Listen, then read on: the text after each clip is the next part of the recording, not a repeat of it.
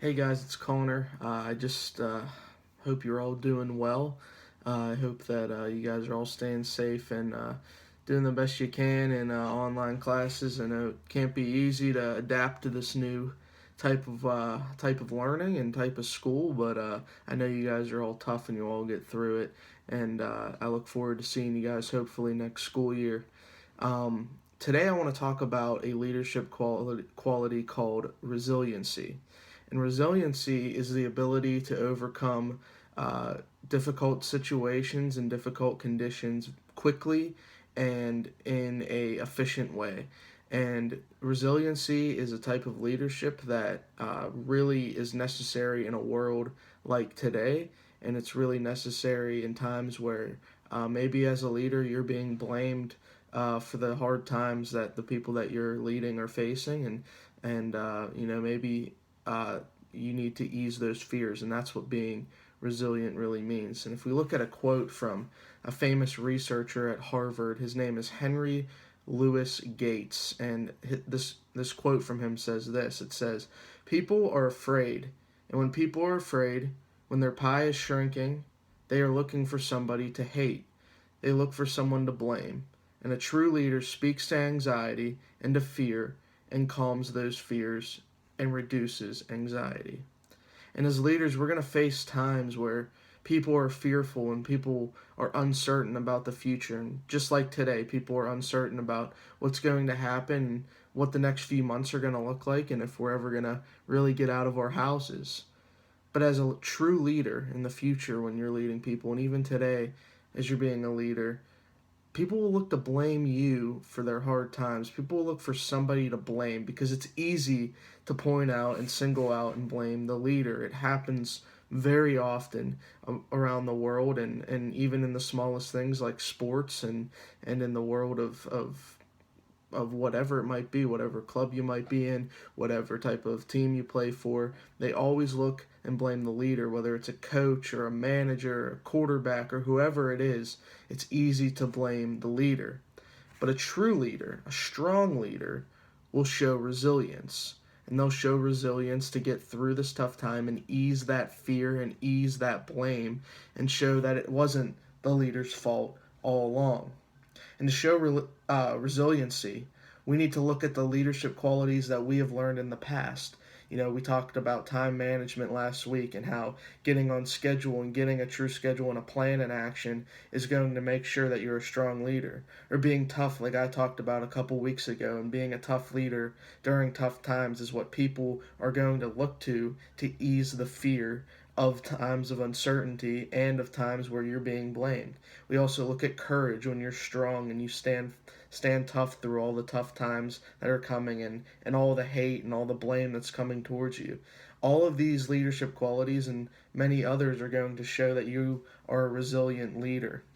And when we use these qualities to lead, we will ease the fears of people that we are trying to lead, and fears of people that saying maybe you're not a strong enough leader, or maybe you're not built for a time like this. But to be resilient will prove that to be wrong. And right now, I just want you to take a minute and think of a resilient leader in your life, or maybe somebody that you've seen on TV, or somebody that you look up to that has been in a time where it's been tough and people have put blame on them. Maybe they've been under pressure and maybe even taking some hate from people. And think about how this leader helped lead people through times of uncertainty and of times where they were blamed for something that wasn't necessarily their fault, but they were singled out because they were the leader. When I think of a resilient leader, I think of a quarterback on a football team. Because whenever a football team does badly, people easily can blame the quarterback because he's the only one at his position. He's the one leading the offense, and if they throw one bad pass, that changes the course of the game, and people can single out that moment as a turning point in the game. However, for a quarterback, a good quarterback who's a strong leader will be resilient whenever it comes to times where they need to have a late game fourth quarter comeback, or maybe a time where they need to get out to an early lead when they're playing at home. A quarterback will drive their team down the field, make the right play calls, keep their teammates calm, and ultimately give their team the best chance to win because they are a resilient leader. And that's important to remember and to kind of shape yourself and look at what a quarterback goes through. They make one mistake, or it's easy to blame them, and then they are under scrutiny. What a quarterback does is not get angry and get discouraged and stop what he's doing and stops trying. He goes out and he proves everybody wrong, and he leads people for the better. He helps people, and by helping people and by making the right decisions, he is able to lead people and improve their situation.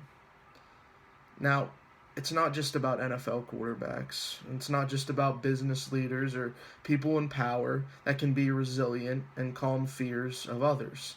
It's not just them. It's really mostly people like you and people like me that need to be resilient and need to have the capability to be resilient leaders and ha- that ensure that people believe in you and believe your vision, and that their fears can be calmed, and that they have a leader that they can trust. It's people like us that need to put the leadership qualities that we've learned over the past school year and over maybe the past couple years if you've been in I-Lead for a while now, and put those together and work at the goals that you need to overcome a hard time to make you a resilient leader and to ease the anxiety and ease the fears of challenging times like today.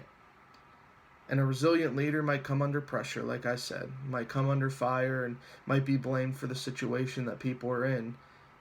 But it's strong, good, and resilient leaders who come under fire in challenging times and calm the fears of people and quiet the naysayers and the people that don't believe in you, and truly pull others through this tough time and make each other stronger, and ultimately get them through and help other people. And this is what resiliency and being a resilient leader is all about. And I hope that when you find times very soon where you're going to be leading people and you might be blamed for what's happening, I hope that you understand that it's a good time to be resilient and not be discouraged, and to work hard and help people get through it.